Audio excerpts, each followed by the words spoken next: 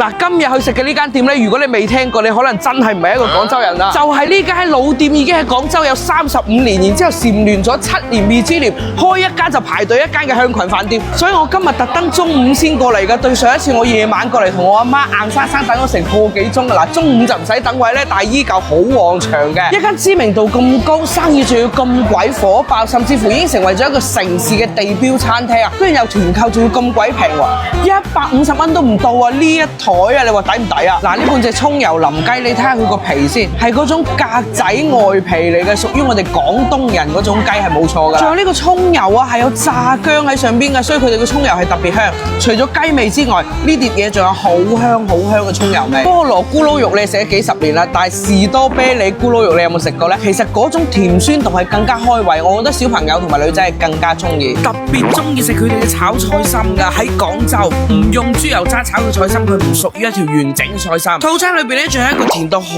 滿嘅煎釀辣椒，同埋一個黑松露炒飯。反正就係人均幾十蚊就可以食到我哋廣州自有代表，亦都係佢哋自招牌嘅菜品。唔怪之得我阿媽一個星期嚟幾次，換住唔同親戚嚟嘅咧，原來咁抵喎！哇，食到好爽啊！你哋仲有人未團呢個套餐嘅，一定要團翻過去試試。順便提下佢哋4月25號到27號咧，官方賬號係有直播嘅，你哋趕緊去看一下有什麼羊毛啊，記得去薅一下。喂，好似唔記得點關注喎。